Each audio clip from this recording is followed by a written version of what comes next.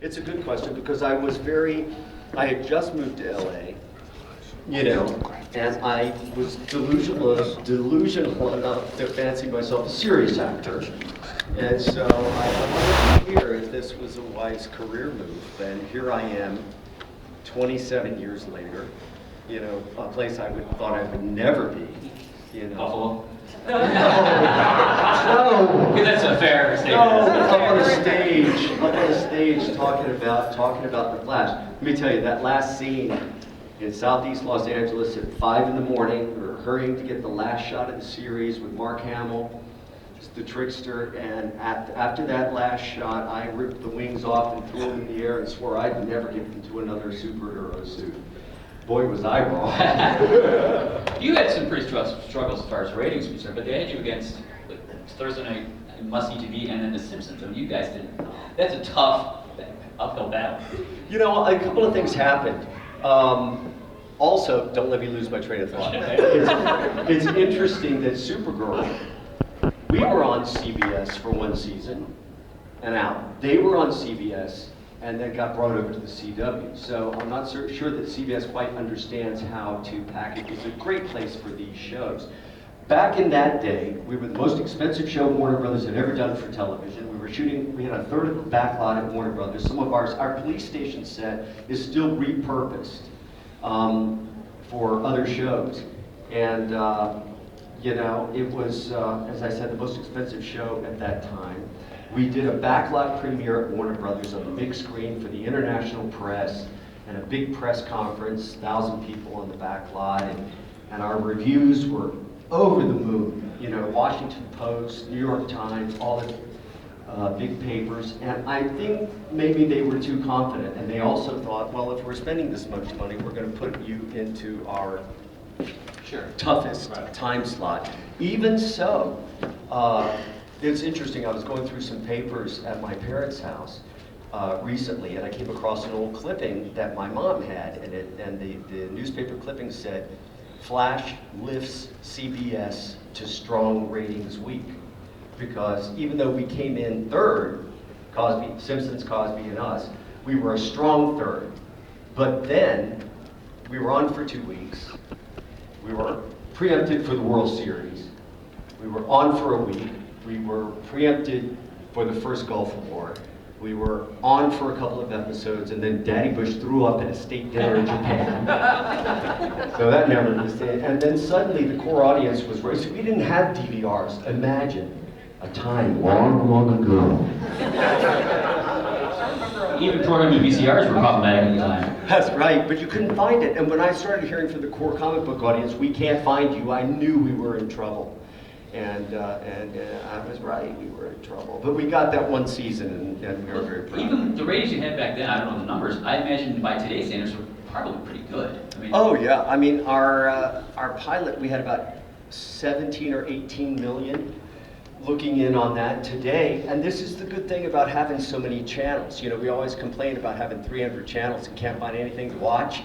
Well, the upside of that is there are so many options now. You can have a hit with 4 to 6 million viewers. Back in the day when there were basically 3 and then 4 and then 5 networks, you had to carry an audience of 20 million or more in order to stay on the air, and that was for a niche show that was appealing to a certain pop cultural audience. That was quite a challenge. And I think that's one of the reasons why, because the show had stayed popular, it was released on DVD in 2006, why they invited me to come be a part of the new show. Because I could carry some of, listen, I've learned one thing, comic book audiences and daytime TV audiences are loyal. And they support you as long as you don't try to con them, And an audience can tell you, you guys know when we're conning you. You know when there's been a plot point that's been thrown up there as a cynical calculation to make money in a particular market. You know that. And you also know when Greg Berlanti, Jeff Johns, Andrew Kreisberg, David Nutter, I know when I read it, when I watch the show, that they're comic book fans lifelong comic book fans. They were fans of the original show. That's why there's so many homages in the new show to the old show. And they are writing a show that they want to see. They are not creating a product for mass consumption. And correct me if I'm wrong, but I think that relates. Because when they tell us, I remember when Mark was going to come on as the trickster, I get this message from Andrew Kreisberg. Boy, we got a surprise for you. I mean, they're so excited. And I think you can tell that they're writing a show that they want to see. And if we enjoy it too, all the better. You know. When they brought you back on, was there any hesitation at all to come back to the franchise? Well, people were asking me, are you going to be a part of it? Are you going to be a part of it? I was happy to support from the sidelines, you know. But then I heard what Jeff Johns had done to the Allen family, how he had blown up the Allen family. Now suddenly, Henry Allen is in Iron Heights, wrongfully convicted of killing Nora Allen in front of a 10-year-old Barry. That wasn't our order, and I went, I was like, well, if they do come to me, that's the role I would want, because it's different enough. I wouldn't feel like I would be in comparison with myself 12 years earlier. And it would be a role, Henry Allen, I always say, is a role I would have wanted to play if I had never played Barry. The fact that I played Barry helped me play Henry Allen better, because I knew what he was going through. He knew I had been the Flash. It's like, picture this, you're a football player, and maybe you're not quite as successful in that role as you had hoped you would be. And 25 years later, your son is playing football. And what do you want for him? You want him to have the success that maybe you just missed. And those were the feelings I had once I got to know Grant Gustin. Once I had seen him on Arrow, I saw there was no acting. It was just sincerity. People say, what's Grant like? I say, what you see is what you get. You know, many elements of his Barry that are the best of who Grant Gustin is. And so we had that relationship kind of built in. Also, trivia. Sorry, I'm free associating here. I've had too much Starbucks. It's my only remaining, well, not my only remaining vice. We won't go there. Superheroes. What was I saying? I was about to say something incredibly profound. Amazing. Oh, Grant Gustin and I, trivia. We were both born in Norfolk, Virginia. We were both born in the month of January, 8 days apart.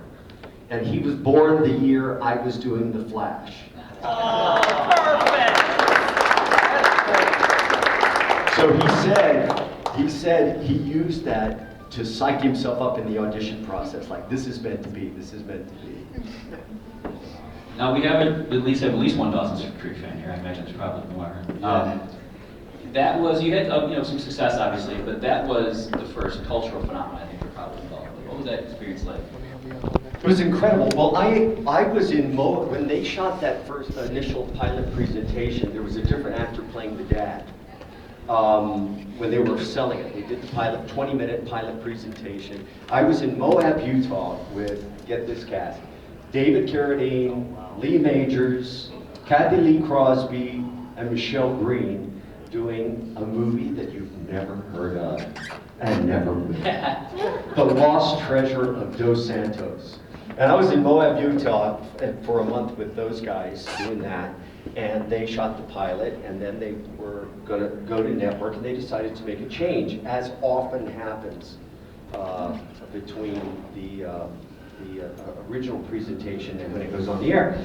And so I auditioned for the part, and got it that way. But yeah, I watched that pilot presentation and I was like, we forget now, because it became such a global pop cultural phenomenon, just as comic books are now.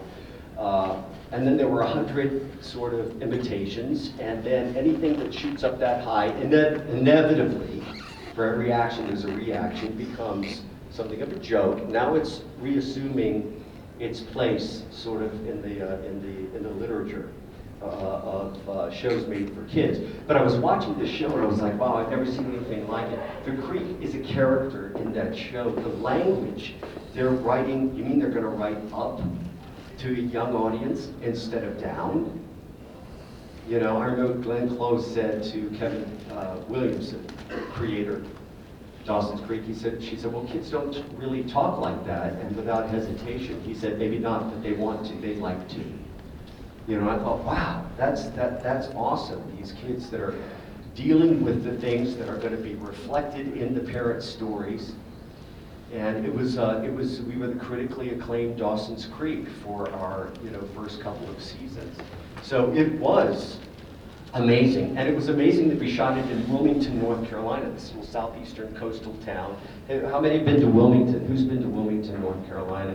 So it's a beautiful little town. So we were sequestered from Hollywood. We had this real young cast, except for Josh, who had done Mighty Ducks. None of them, and James had done a play with Edward Albee. So, I mean, these were actors. But suddenly they went from relative unknowns to global phenomena. That's a good word for it. And it was great to have them go through that in a bit of a protected environment. Away from Hollywood. I mean, it was great. I mean, when James signs his first autograph, and he can't wait to tell Mary Margaret Humes about it. You know, Varsity Blues comes out, his #1 film, and he wants to see it with me and Mary Margaret, because we're his surrogate parents there in Wilmington. So it was a very, very special experience. Now, you had gotten to the point in your career in life where now you're playing a father figure. Was that a challenge for you, or a change for you as an actor? No. In fact, I was surprised because it hadn't occurred to me. You know, a role is a role is a role. You know, I tell people I play superheroes and psychopaths. So when it came time to play my first dad, as early as 1989, my first dad was The Never-Ending Story 2. Yes. With Jonathan Brandis. Thank you, sir. And no, it felt like the most natural thing in the world. And I had absolutely no ego. I tell you what I do have an ego about, not being truthful in my work and not working. You want me to come play a grandfather? I'm there. I'm moving in my granddad. I'm down with it. I'm down with it. Just let me act. Is there anything in particular in a role you're looking for now versus, say, when you were younger? Different now than when I think I've always, and it started when I was a musician. I started studying piano at the age of 4, and I studied concert organ at 12 years old, and I went to Indiana University in a voice performance scholarship in the opera and theater department. And somewhere early on, my teachers taught me it's not about the notes, it's about what you're trying to convey. And translate that to acting, it's not about the words, it's about what's behind the words. People say, how do you memorize all those lines? And I said, if you're building a house, that's just the frame of the house. Then you have to build the house, you know.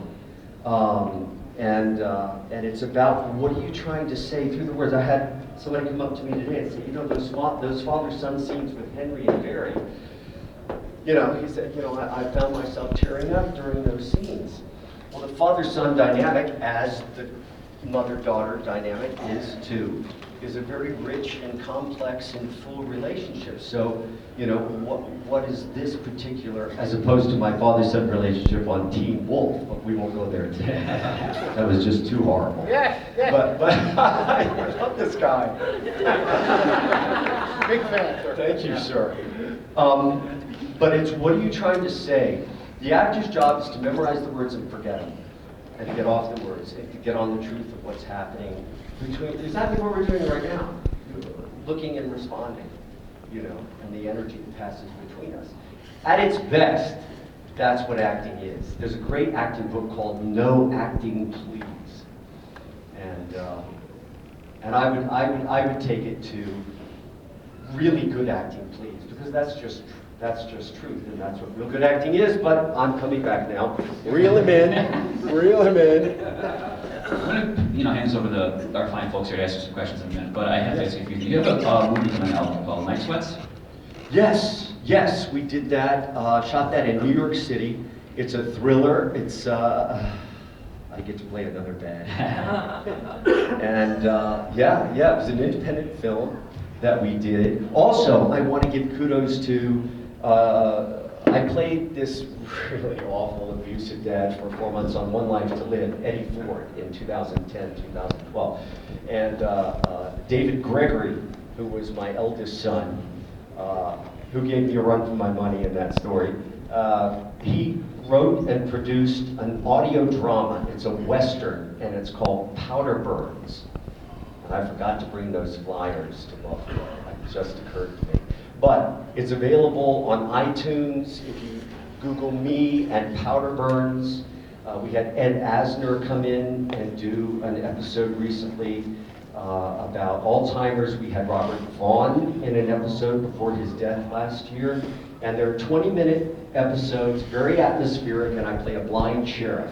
And the concept is, see the Old West the way Sheriff Burns does, without sight. And I'd love for you all to go hear it. We've been nominated for 3 voice science, vocal arts and sciences awards this year. The award ceremony will be held in November at Lincoln Center. So I want to invite you all to come and share that. It's a project that David did for the love of it. We pretty much do for the love of it. And it's kind of a cool thing. I get to be an ordinary old sheriff in the late 1800s in the West. It's a trip. You're going to talk to the guy next to you, and suddenly you're talking like this. And then you're here, and then you say that. God, John. Would you stay on mic, please? Oh, right. So you have to keep forward, plus you have no visuals. Now, you always come back and you redo lines where there's a technical problem. So we came back, they had animated it. We were seeing on the screen what they had animated. And suddenly, everything's exploded, all my creative, and I redid the lines where there was a pop or a technical problem. And it was just like 4 or 5 lines, and at the end of it, it was so different from what I did before that they were like, thank you everyone, John, would you mind staying and redoing your entire part? I said, I would love to, I have visual cues now, I know what I'm bouncing off of. But yeah, it's a trip, it's a different thing, it's a special skill. You know? Now I have to ask, I'm sure everyone wants to know, it was teased in an earlier episode a couple years ago that your version of The Flash may be part of another Earth on the new version of The Flash. Is there any discussion about that? Earth 3. You mean Jake Garrick, but you're talking about 1990s. You're very Flash. Yeah, I showed up somehow, much to my surprise, consternation, as he was running through the Speed Force. There I come on the left side of the screen, you know, in my 1990s outfit. I gotta tell you, it was very funny. I was in Ecuador, as I said, recently in Ireland, and I was doing a Q&A, and this friend of mine, Joe, he always says to an audience, when they're saying, is this gonna happen, is this gonna happen, is this gonna happen? He says, if you wanna see it, tweet it. Yeah. Don't I know you? I've seen that. Do I not know you? Okay, we didn't work together? Don't laugh, it's gonna happen to all of you. And what was I talking about? You're very Oh, yeah. And so I said, if you want to see it, tweet it. And so one of the questions, this was Dragon Con just a couple of weeks ago. And I said, if you want to see it, tweet it, whatever it is. If you want to see more Jay Garrett, tweet it. If you want to say, well, one of the questions they said they wanted to see was the 1990s costumes. So the next, be so careful what you say.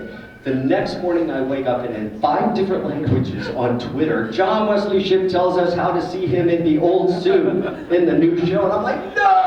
No, that's not what I said at all. I said, whatever you want to see, if you want to see it, tweet it. Because they do listen to you guys. They are very, of course, social media savvy. I mean, I started getting involved on Twitter mainly because they wanted us to have a big social media presence. But yeah, so I was sitting in a Q&A with Andrew Kreisberg, and he said, you know, I'm listening to him talk, and he's all very interesting. He said, well, we thought about putting John back in the 90s suit, and I went, and he went, exactly. They'd have to at least get you a new suit, I would imagine. Yeah. They'd have to make it easy. It was like $100,000 a suit, wasn't it? It was $100,000 to build 4 suits. Oh, 4, okay. In 1990. Yeah. Didn't they have to pump water into the suit because it was so hot? It was so, first of all, may I say this? I'm incredibly honored and grateful to have been given the opportunity to be in that suit and play that character. The last thing anybody wants to hear is an actor get up and whine, oh, it was so hard. you know, so I don't want to be, I'm not doing that. There are challenges. We have, well, now it's not a fraternity, it's a sorority, I guess, you'd say, a sorority and a fraternity of people who have worked in suits. And the Ninja Turtles know what I'm talking about. You know, I would take the glove off, and it would be full of sweat up to their wrist, and they would just turn it over and dump it out, you know? And so after the pilot, they helped me out. They came up with a vest like race car drivers wear that had tubing in the suit. And I gotta tell you this. If I weren't old, I probably wouldn't tell you this, but it doesn't matter anymore. That's very liberating. But I couldn't sit down in the suit. Because it would crease. You catch some of it on HD, you know, some of it, it's at the wrong, so it had to pretty much stay the way it was, except when you were in action. So I couldn't sit down, but they had a solution. There was the old lean board, back to the old Betty Davis movies, where she would have on these big gowns, and you'd climb up in it, and you'd lean back, and you'd put your arms on the thing, and they put the cow back, and they plugged me into my ice chest, and it would circulate ice water. At least it would wake me up. But yeah, I think there's a picture of me. This is something you should never do, young people. Never, ever. It's horrible. And I stopped. But there is a picture somewhere of me on the old Betty Davis lean board with a Diet Coke in one hand and a cigarette in the other hand. And I'm like, oh, for God's sake, don't let that get out. It will be canceled tomorrow. But anyway, yeah, the real glamorous life of an actor. I also have to tell you one other thing. You hear about these fabulous residual checks that actors get, you know? All this money that we get, and you know how. I got a residual check last month for 1 cent. 1 cent. Why didn't you They mailed it. They killed a tree for that. They lost I'm like, 33 cents. 1 cent. I framed it, man. It's in my library. I'm like, don't get too big for your britches, because that's the truth right there. It's a reminder to stay humble. That's right. And I have one last question. Did you know going into, that they had to mention at all about the Jake Garrick storyline prior to, so obviously it was a nice surprise for you, I would imagine. I had no clue. I went, to my, I figured Henry Allen had 1, maybe 2 good seasons in him as a plot device. He was the place that Barry could come when the producers wanted a way for the audience to get into Barry's interior reality and for him to be vulnerable and find out what's really going on inside him as he comes to terms with these extraordinary abilities. And what that emotional interior reality, where he'd come to his dad, because his dad raised him from birth to 10 years old before Joe took over and I went to Iron Heights. And so as a plot device, first season, it was phenomenally effective.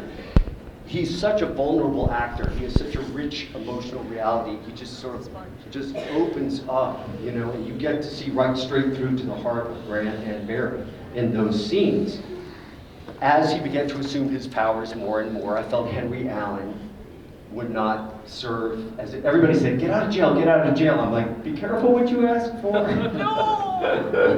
And so I figured that was not a surprise. That I went up to film the last 4 episodes of season 2. I was not surprised that Henry Allen would be killed.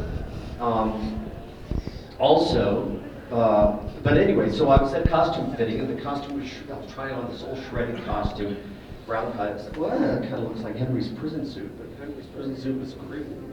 So I don't know what this is all about. And then someone said, of course you'll be fitted for the Iron Mask later. When did they say that? That was about 3 from the end. And I'm like, the what?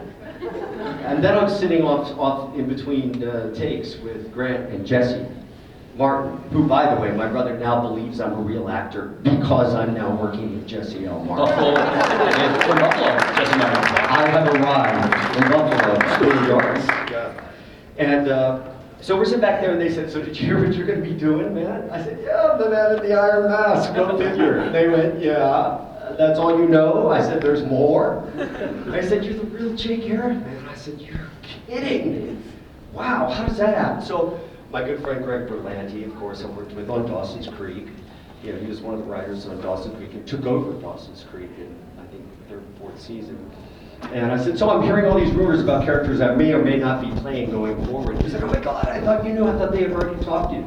Then he and I talked, and he spun out this, they never cease to amaze me, this incredible story where Henry Allen gets killed, the Iron Mask comes off, there's been all this speculation, who's in the Iron Mask? It turns out to look just like Henry Allen, who then turns out to be the real Jay Garrick, which is the character the audience wanted me to play from day one. And I said, man, Greg, take me out of the equation. That's just good storytelling, you know. And yeah, it's always like that. They always have a surprise for us. But then I had to confront my worst nightmare, which is a gentleman of a certain age getting into a superhero suit. I'm like, you want me to do what? But everyone was very supportive. And, I like your suit. thank you. You get that helmet and I just wish they'd given me a little chance to, by the time the episode where I pulled him out of the Speed Force rolled around, there was a 4-month gap from when I was, so I got to go back to the gym and I got to lose weight. You know, like, give me a little advance notice. You know, I almost felt like they were going to get out the Scarlett O'Hara corset. You know, it's like, get in that suit. John, I'm going to take some questions tonight. I'm going to stop and tether you up here, though, so I can use the mic out there. So you don't mind. Oh, let me up go here. around. Let me go around. We do? Yeah. Do something. Yeah. taking of the helmet. You call on him though. Oh, perfect. Who's got a question? This gentleman right here. God, I got so many questions. Yes. Let's keep it 2 minutes. Lightning round. Philip, the original Flash, what was it like to work with the cast? Mark Hamill, Joyce Heiser, Jason Bernhardt, Tim Thomerson. On and on and on. Michael Champion. Yeah, he was great. Who's Yeah. the guy that, I'm blanking on his name, he played LBJ. You got Tony was playing LBJ. Who? Bryan Cranston. Bryan Yeah. Cranston. You know, all these great David actors. Cassidy. David Cassidy, yes, Oh, yes. the I was just, hair mask. I was just Yeah. at Dragon Con with Katie. Yeah. We were sitting next to each other and I was like, you know, I'll do that. And you answered the other question. That's why there wasn't season 2, because at that time it was fantastic. Thank you, sir. Thank you. Thank I've always you. been a big fan. Love the new one too. Appreciate that. Thank you very much. Yeah. Thank you, sir. Thank you. Gentleman right next to you, John. Yes, sir. Well, when they told you Henry was going to be killed off, how did it feel after they say you're the man in the Iron Mask, then they say you're going to be the real Jay Garrick, and then they tell you, oh, by the way, we're bringing Henry back for the Flashpoint episode next season, and then we're going to kill him again. So, wasn't that kind of weird? How did that feel? Listen, it felt great. It felt great. It felt great. I mean, you know, who among the acting community doesn't want to do a death scene? You know? It's like, you know, zoom, wham, right through the heart, you know? Yeah, you know, I got very fond. I'll tell you what truthfully though, what I miss. I do miss, and I don't see how they can be recreated now because he had just gotten the powers and he was young and he hadn't assumed the full mantle of the Flash yet. You know, which he has now brilliantly realized, keeping him around. But I do miss the intimacy of those father and son moments. Because I felt I was able to contribute as someone who played the part, and I was able to contribute in a role that moved the plot forward. It wasn't like, okay, I'm the elevator man. That's the guy that used to be in the rubber suit, you know. It was I got to make a meaningful contribution. But I love it, you know. Number one, I love Michelle Harrison. You know, I would love to see more how she did that death scene again and again, and they didn't use old footage. She did it for real every time. And she was awesome. No, as I said, I ripped the wings off and threw them in the air, and Mark Hamill almost lost his mind. He was like, don't let him get away. And he got him. And I just communicated with Mark recently, and he has him. I said, I'm so glad you have him. Yeah, this time, man, I'm going to keep that bold. What am I thinking? John, we got a question from young Flash in the front. Yes, sir. Did you pick those clothing to match your outfit, Flash costume? Like this? You kind of color. You look very flashy. Well, to tell you the truth, it did occur to me that this shirt was red. Yeah, that's cool, man. The only thing is, this is not intentional. It's not age inappropriate. You're blending with the gender. It's an accident. I stuck my toe through the knee of the jeans when I was putting them on today. That is not me trying to be cool. Yeah, that's a good eye, man. Good eye. Batman in the second row here. Batman. How you doing? Good. Hello, sir. Nice to meet you. I do have a question for you. Is there any talk about you joining DC's Legends of Tomorrow for one shot of being Justice Society, seeing that you're Jake Garrett? You know what? There has been talk of that, and they structured. If you want to see it, tweet it. You know, but they did They are structuring our. That's one of the great. It's a great time to be a comic book actor. It's a great time to be a comic book audience because. Right there on one network, we have all those shows. Right. And so they structure Wentworth's, mine, deal, so that they can use us across the Greg Berlanti platforms if they so choose. I have no indication at this point, although it was mentioned last season that it might happen. And Jake Garrick was up on the speedster board in Legends at one point, as I understand it. But I would love to go play with those guys, Victor Garber and Brandon Roth and all those guys. Fit right in. I'd love to go play with those guys. That would be awesome. Yes. Lady in front row. We're the same age, so I might forget the question. You are not. You are not my age. I just had to say that. Nobody's this old. I was wondering if there is any historical character that you would like to play, possibly in a one-man show.